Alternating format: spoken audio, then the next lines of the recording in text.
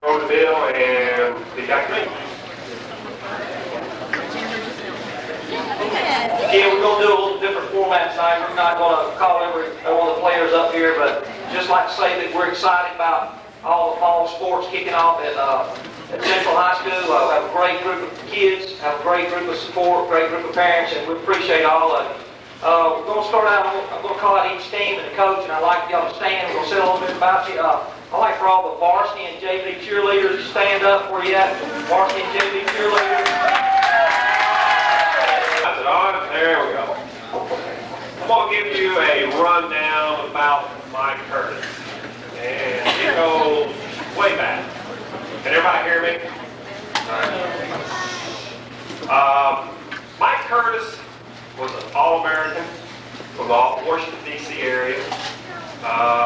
He was at what high school was he?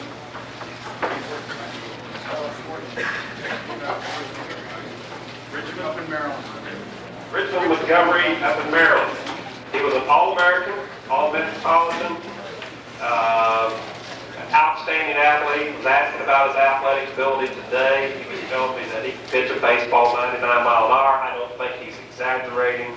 He said he was an all-star football player, basketball. Was there anything else? Wrestling, yes. He handled wrestling very well. Went on to Duke. Went to Duke University. That's a school that's noted for its academics and its athletics. And I know that's something we strive for very hard here at Central, is to tie the two together. And let me tell you, it's an important part of your life to get your diploma and move on forward. But from there he went on to be at All ACC as a freshman in football. He was a Scholastic All-American.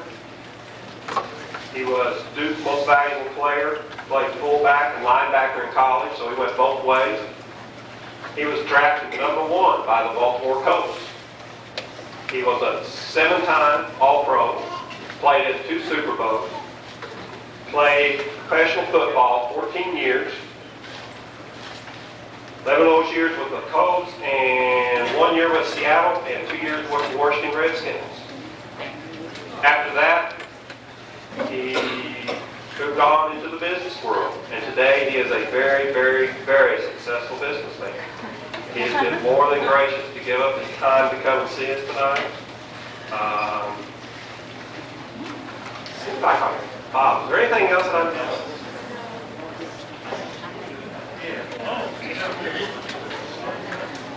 There's something else I think I'm missing. I'll let Bob talk to you about that a little bit. All right. There is something else that we need to. This thing right here is a Duke track and field book that they put out on all the track and field events at Duke. It's funny now. It takes 3 Duke people to do this. I checked on this, Mike. And I was looking at the records here, and this just amazes me. But Mike Curtis held for almost 25 years a record, and it's one of those dubious records.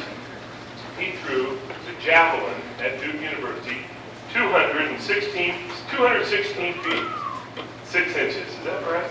No, 217. Here it is. No, 213. That's it. 213.2, and held the record from 1963 until it was broken with the new javelin, which was a lot lighter, and of course the guys were throwing it a lot further. So the new record's 250 feet. That's just to show you. But I called Duke and asked the coach there, whose name's Al Bueller. He coached for 42 years.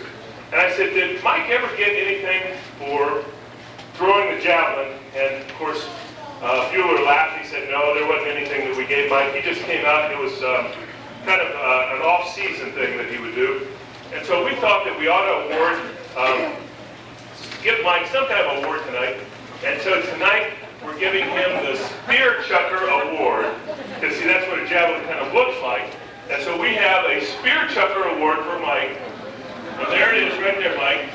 This is for you to take back to your office, and when you get upset with some client who's not buying an apartment building or something, you can just shove that right through them. I can't wait to see you get on the plane with that one. That's for you, Mike. That's a special award.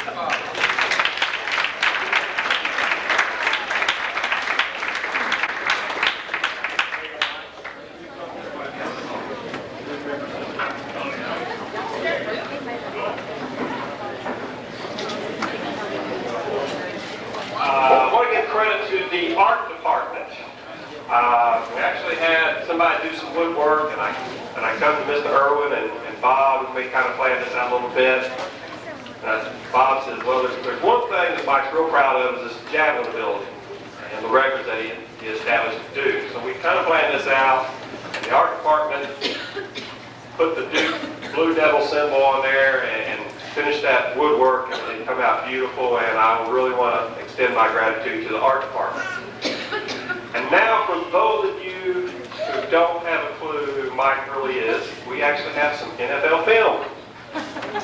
So you'll get an opportunity to see Mike Curtis in action in his heyday and his playing days with the Baltimore Colts. Whenever you're ready.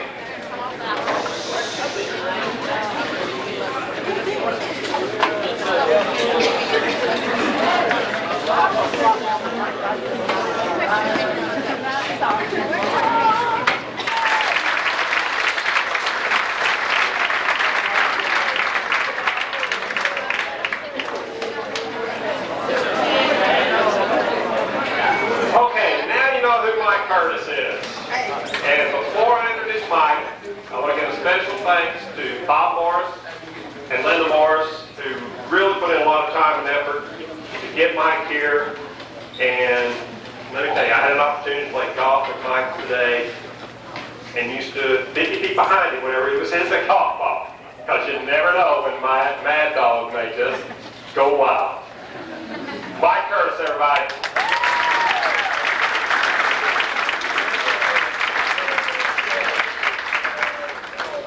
Can you hear me all right? It's okay? I was asked to talk about an inspirational speech for the different teams, but I'm real good on inspirational teams. So, talks. What I'll briefly cover is how I got involved in all this stuff, and then talk a little bit of it. I've got 3 kids, one with the Duke, one with the Virginia, and I have a daughter still home. Perfect. But I'll tell you what they do. When I came out of high school, similar to this. We had 360 in the graduating class. We had 60 went to college. The other 300 went to home ec, they went to auto mechanic, stuff like that. When I came out of school, my parents beat my head that they wanted me to go to a good school that gave me an education. And that didn't necessarily mean an education in college, but if I chose to be a truck driver or a farmer or whatever the heck I wanted to do, is to get as much knowledge as you could in that particular field.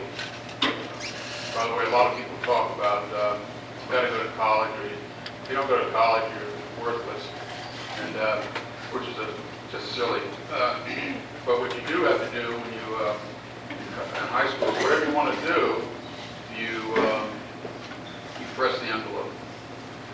So my mother, both my parents, they wanted me to get an education. When I was coming out of high school, there are a lot of people who draft me. I might go to Syracuse, Tennessee, or all the schools that you would think be pursuing a football player.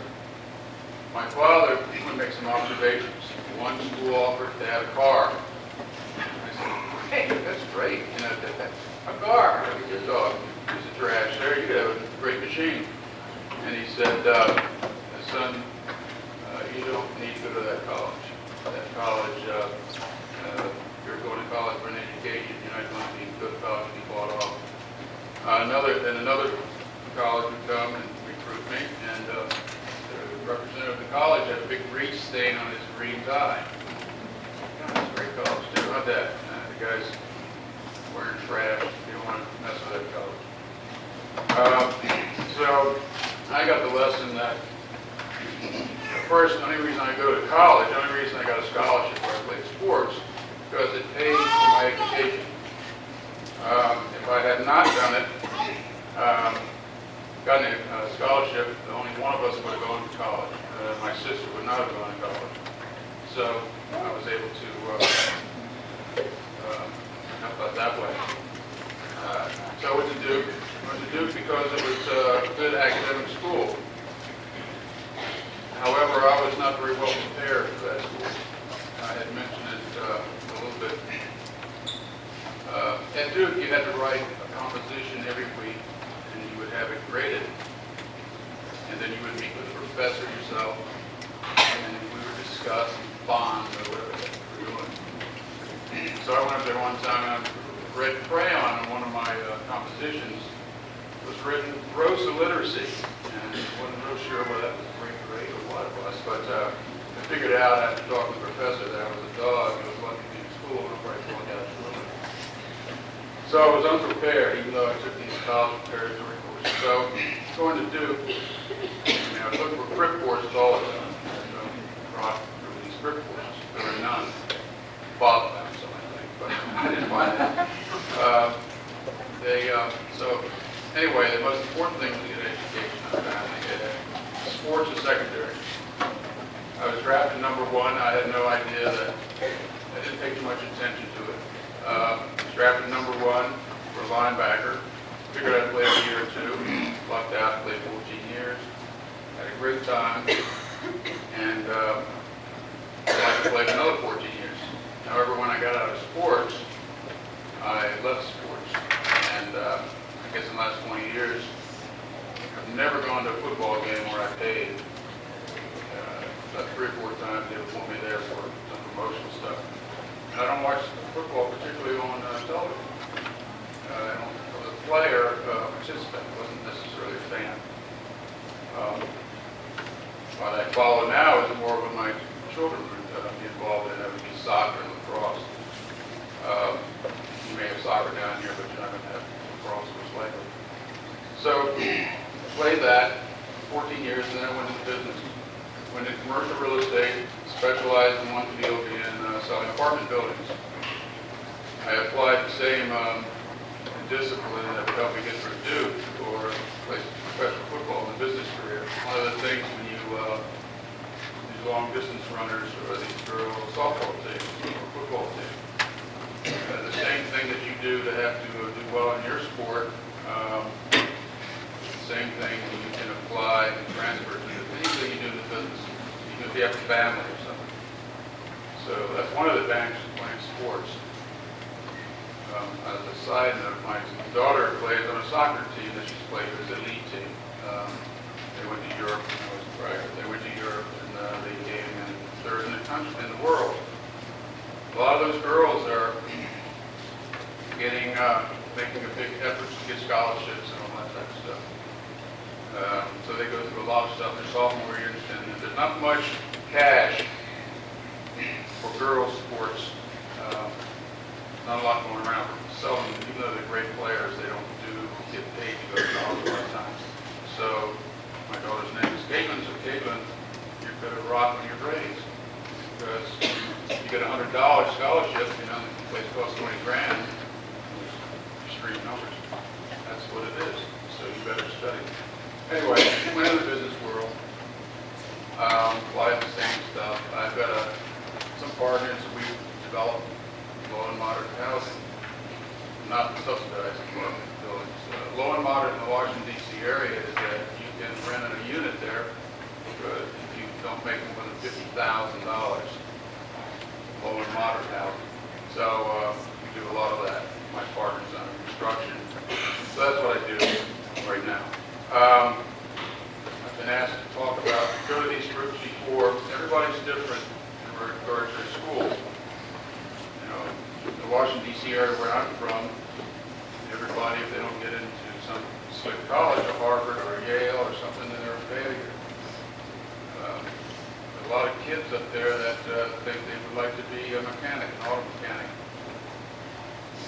advice to them is press the envelope and do the best you can. The only thing I raised hell about with my children would be if they didn't push the envelope, they kind of shut down and did do the best they could. I didn't give a flip what sport they played or whether they were successful, just as long as they pushed the envelope. So, and I didn't care particularly if they want to go to college, but they had opted not to go to college, then so what, just as long as they work hard enough to do what they choose. Push the envelope. A lot of times, kids would be shucking around, shucking and jiving. It's more important to stay for this thing or that thing. And they miss an opportunity to invest, whether you're a soccer player or a football player or a softball player. They don't push the envelope and they lose something. So that's the only thing I cared about with my kids. They played football in high school. My daughter plays soccer, as I said, but I didn't care what sport they played. Sport's important, but it's not the impact. It's hard for me to come down here and talk to in a town where the high school, at the cost of the high school, they would build the sports facilities by donations from the citizens in the area. I always thought that the high school would pay for all that. The fact that you have that much interest from the fans is significant. It's not like that up some areas where I'm from. I mean, I went through a little tour today. I mean, all those facilities you have is astounding. You could raise that much money. I bring this all up in regards to sports. It may be the most important thing in your world right now. It is important, but it's important for a different reason, so that you can discipline yourself to do well with whatever you want to do. If you don't want to work, and some, let's say, be chauvinistic, some women might want to have a family. Well, then learn as much as you can and do well with the family. You're not a subhuman because you don't go to college, but do the best you can. This, I was saying before, this neighborhood, the school here is similar to the school I grew up in. Kids, a lot of blue-collar kids, or they make a difference. Very similar. Up in losing the train of thought here, but the point being is you don't want to feel that because you don't get it further in your formal education that you're losing. You emphasize that. Don't ever do that. Don't do things that can hurt yourself. So I could talk about a lot of things. And there's some things that I hit that fan, contrary to the silly guys on the screen there. So that fan, the clown, would distract from our efforts to win whatever we were winning. One time there were some players that some of these older guys I know about, like Mike Ditka. Some of you guys might know about Mike Ditka or Dick Butkus. But Ditka was a tight end for Chicago, and he played for some other teams. But when a fan ran out on his field, he, as opposed to just knocking the guy down, you noticed that the guy was smiling when he went down. Fortunately, he didn't like that shot. But Ditka has this guy coming across the field, and he just puts an elbow in the guy's nose. So it's nice white, blue and everything. The next film was red all the guy's face, and that's not what I was interested in. I could either kill the guy or hurt him real bad, but I just didn't want to. There are different types of approaches to the game. Oftentimes, I don't dwell on this stuff. I start people shuffling their feet and stuff like that. So they would have specific questions sometimes. So sometimes I'll leave the floor open for specific questions. When I first came down here, or when I first heard about this, I thought it would be all boys here, or some boys teams. My wife and daughter are making more sensitive to the importance of the women teams. They are eats, I don't eat, but so when you have questions about your sport or injuries, sometimes sometimes I see girls get hurt more than their knees. You may have some questions about that. Or some of you guys may have the fathers may have specific questions about pro football nowadays. My top salary when I played probably was about 150 grand. It was a big nut when I was playing. Now you see somebody in my position making $5 or $6 million. And they're breakdancing, shucking, jiving, after a play or something like that. If they paid me $6 million, I'd be moonwalking and everything else. But there are some changes, so I don't watch them.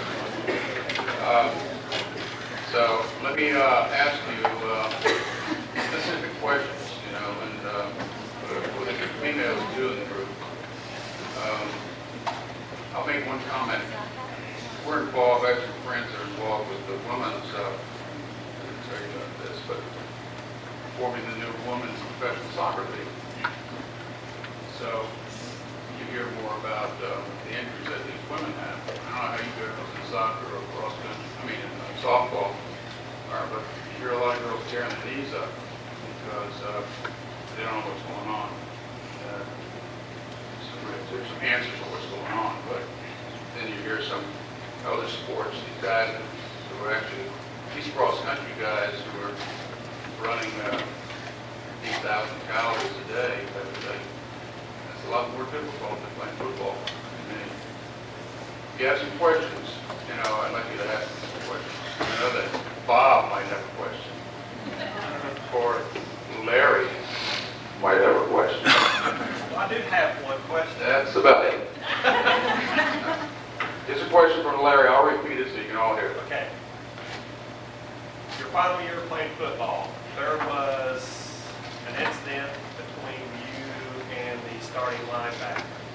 Starting linebacker? I was starting linebacker. Go ahead. At any rate, I remember something to the fact that you and him had a little scuffle. Could you relate that story to us? The question was, he saw, Mr. Larry saw where I had a scuffle with somebody on my team. I was asked to be the captain of the team. I didn't like to be the captain of the defense because I had to be aware of what everybody else was doing. I didn't know what the defensive backs or the linebackers were doing. I said, I'd be the captain only because if I had control, there's some questions I know they're going to be asked like this. If I had control of the defensive line and outside linebackers, the defensive line, as some of you budding defensive linemen may be aware of, can make the linebacker look great, or you can make the linebacker look silly. If they don't do their job, silly is a nice word. You get varietal. Well, this particular particular player, I think the defensive tackle, was not disciplined enough. And so he let a few guys, and the language slipped through and disciplined me, which I did not like. The only thing he understood was if I disciplined him. So I disciplined him, and then we went on and had a good game. That's what I was kind of referring to. The whole team works a lot better when everybody's working together. You don't need to have outstanding stars on the team. You guys be playing as a team that's a champion, a world champion, and you think you get thrashed, but you lose by 1 point, 2 points. That's not bad. All you have to do is maybe run a pass play. Excuse coach. So anyway, that's one of the things that responds to is banging around, smacking around all these defensive tackles and misunderstood things. Another question. A couple of the ladies, they have questions. Those two right over there, they asked questions a minute ago. Questions, ladies? Question way back. Way in the back. Can you speak of this question way in the back? Okay, Brennan. Stand up, buddy. Okay. What was maybe the meanest player that you ever played against? The question is the meanest player that you played against. that kind of goes hand in hand with, do you remember the names of the players you played against? You know, I don't really know who I played against. I just, you know. There were some guys that weren't necessarily me, and I respected somebody to push the envelope more than I respected somebody who would come up with one big play and then dive out of another four plays. There were 2 or 3 guys, but the names that I know, I don't remember, you wouldn't know. Might be an offensive lineman for Boston, or there might be a offensive running back for Cincinnati or somebody like that. Whatever it is. I don't know the names of the guys. All I know is this big, heavy, 280-pound guy was killing me. And I hardly remember his name. But they don't stand out that way. I'm sorry I don't have a good answer for it, but they don't stand out very good. There's another question. Way back, this guy got a suit on. He must be an investigator or some type of person. He's assistant something. What advice do you have high school that on big things to move on high school?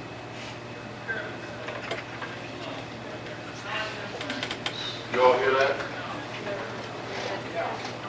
I think the question was, what examples I can give to a high school student to help them prepare themselves for after high school? Is that what you're asking? I'm going to address that both. It'll be neither academic or athletic. The one thing you have to do is you're going to have to, if you want something, you'll have to control or discipline yourself to get there. If you play a sport that requires lower body strength, then you work lower body strength. In soccer, these girls get their knees torn up a lot of times because their muscles are weaker in general.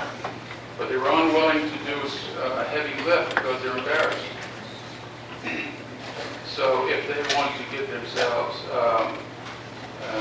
protect themselves and want to do well in that particular sport, doing weights, lifting weights with their legs are important. You wanted to be a mechanic that fixes Mercedes. Then learn all you can about being a mechanic. I mean, it's not going to be a rocket scientist to figure that out. So that's all I would say. Do all you can to learn what you want to be, whatever you want to be. So that's all I can say, really, from the academic side of that. You guys any questions at that table? Right there, there's a question. Don't be embarrassed, I won't say it.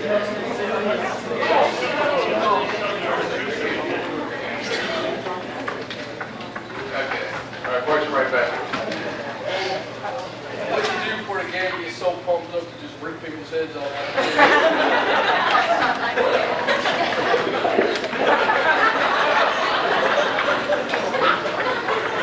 The question was, what did I get up before a game to get so pumped up to rip people's heads off?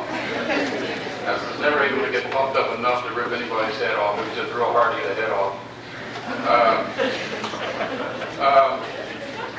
So what I did first, obviously, this guy Bill, I remember his name was my roommate, Bill Curry. I need my rest.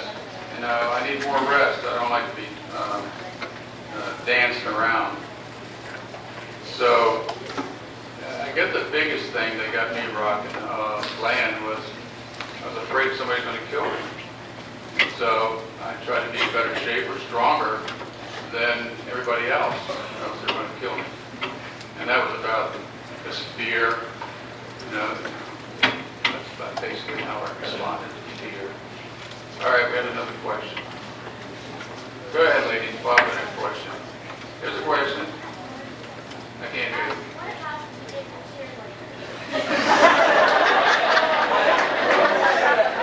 The question is, what advice do you give a cheerleader? I don't think you can smart aleck response to that, but my wife was a cheerleader at Kentucky, and they worked out, they had to do some lift in the air, 50 feet in the air, whatever they could do. She had to lift weights even 30 years ago in order to do, being a cheerleader, not to be patronizing, but be a cheerleader is like being a ballerina or something.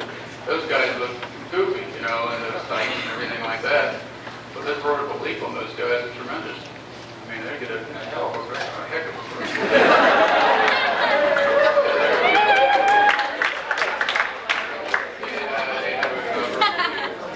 you need to do, my wife had to be thrown in the air, you know, 50 or whatever it was.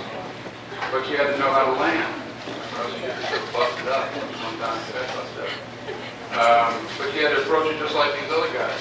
And you guys do have to run around. You're out there jumping around the whole game.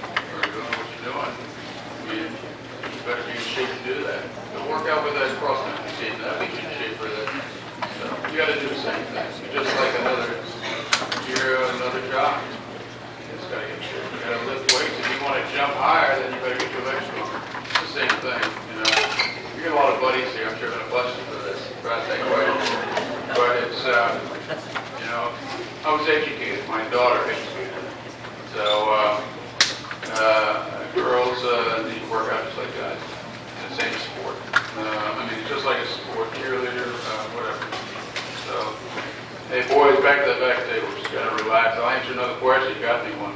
You got one more. So anyway, you stay in shape. If you don't stay in shape, by the way, or get yourself in shape, you'll get hurt. There'll be unhappy campers in. Okay. I can so yes. Oh. Questions? All right, that's the coaches. Look at this, that handsome guys over here. Okay, big meaty group of guys. Any questions? There are any questions. I got a question from a lady over there. How you doing? You're a coach of the softball team. She is. She is. She went to Duke too, I think, didn't you? Yes. I might have to ask you a question. No, but I'm a Tar Heel. You're a Tar Heel? That's too bad. When were you at Duke? I'm sorry, what? When did you play at Duke? I played at Duke from 61 to 65. Sorry. Don't do the math. It'll make me scary. Yeah, that's what I Great did. for your age. Huh? I can date ladies like that. My wife doesn't mind. Well, but, pretty long. The lady coach from Duke, I bet has some questions. Softball coach. Christy, that's her name? Christy? You always try to embarrass her. She doesn't have any questions. She's a call, so. I will say one thing in a patronizing manner. When I go to Washington to have lunch at the sports bar, and they have all these televisions around, I go there and I watch the girls softball team. They're whipping the ball around. So I watch girls sports. Girls soccer. Nothing from the media contingent. You guys know anything? Embarrassing the heck out of me. I do have a question. Is a question in the softball crowd? There's a question. What time's the game? 6 o'clock. Now I got to rock it back and make a learning. My wife is a high maintenance woman.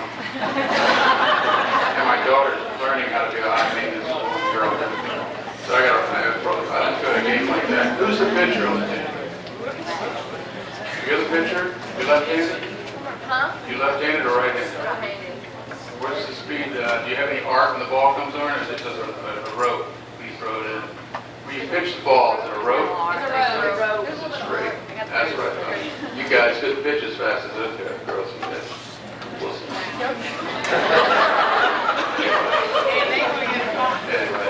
Anyway, one more question, that'll be it.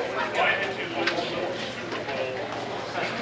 Well, we didn't win Super Bowl. Anyway, the question was, why didn't we lose Super Bowl 4? Because actually I played in 3 and 5. But I think you went to Duke too, Scott Morris.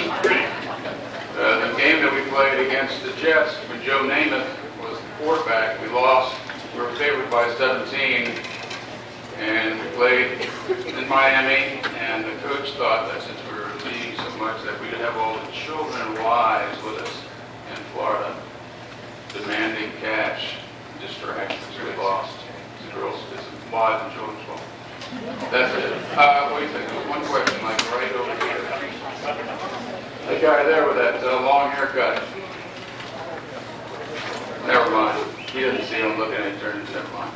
All right, that's it. I appreciate it. I got a question here, and you stood up. Okay, I wanted to ask, what do you think about football announcers officiating football? What do I think of football announcers officiating football? They're not on the field, though, are they? Well, on professional, First, let's understand what professional football is nowadays. It's showbiz. okay. You know, if I made $1 million as a linebacker and I went and punched out the announcer of Monday Night Football, $4 million. Keep that on showbiz. So he can say anything he wants to say, you know, just to get as many fans to watch. So that's, I don't have much to say about it. They're a different game than I play. All righty, that's it. And thank you for your time.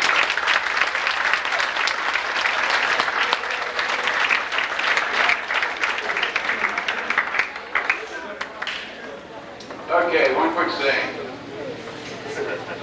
If a window of opportunity appears, don't pull down the shade. What does that mean?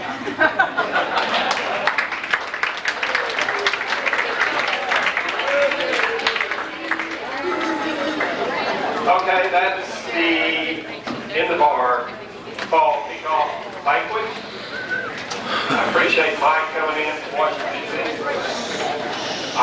For all the athletes who would like to get a picture of Mike Curtis, we did get him to sign them, so.